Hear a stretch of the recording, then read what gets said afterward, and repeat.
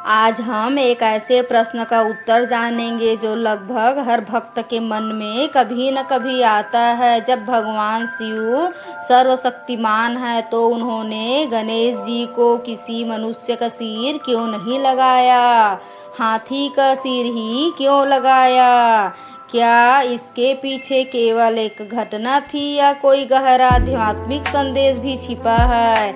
आइए इस दिव्य कथा को विस्तार से समझते हैं। सबसे पहले उस घटना को जानते हैं जहां से यह प्रसंग शुरू होता है। एक दिन माता पार्वती स्नान करने जा रही थी। उन्होंने अपने उपटन से एक बालक की रचना की और उसमें प्राण स्थापित कर दिया। वही बालक आगे चलकर भगवान गणेश कहलाए। माता पार्वती ने गणेश जी से कहा कि जब तक मैं बाहर ना आऊं किसी को भी भीतर प्रवेश मत करने देना। कुछ समय बाद भगवान शिव कैलाश लौटे। वे भीतर जाना चाहते थे लेकिन गणेश जी अपनी माता की आज्ञा का पालन करते हुए द्वार पर डटे रहे। उन्होंने भगवान शिव को भी रोक दिया। भगवान शिव के गणों ने गणेश जी को समझाने का प्रयास किया लेकिन वे नहीं माने। धीरे धीरे विवाद बढ़ गया और युद्ध की स्थिति बन गई।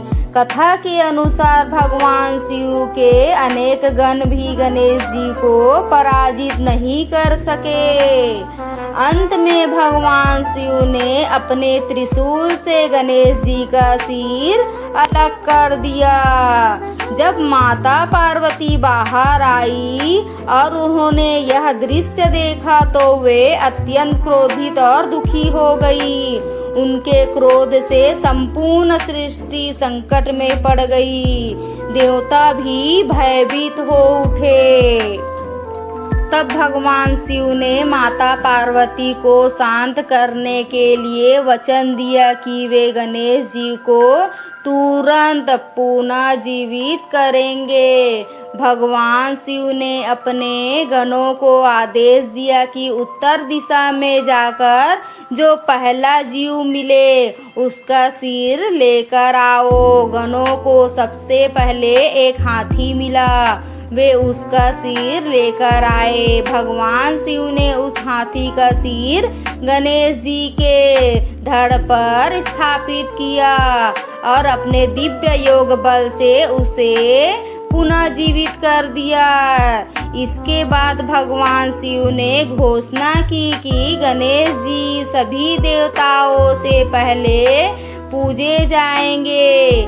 किसी भी शुभ कार्य की शुरुआत उनके स्मरण के बिना पूर्ण नहीं मानी जाएगी। अब प्रश्न आता है कि हाथी का सिर ही क्यों? धार्मिक मान्यताओं में हाथी को बुद्धि, धैर्य, स्थिरता, शक्ति और विवेक का प्रतीक माना गया है। हाथी के बड़े कान हमें सिखाते हैं कि एक अच्छा मनुष्य अधिक सुनता है और कम बोलता है। उसकी छोटी आंखें एकाग्र और गहरी दृष्टि का प्रतीक मानी जाती है।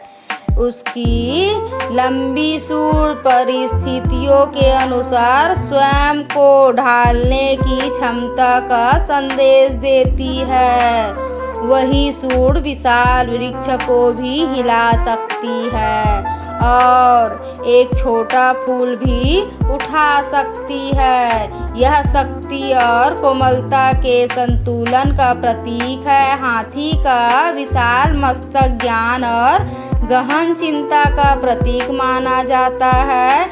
इसलिए भगवान गणेश केवल विद्याहर्ता ही नहीं बल्कि बुद्धि और विवेक के भी देवता कहलाते हैं।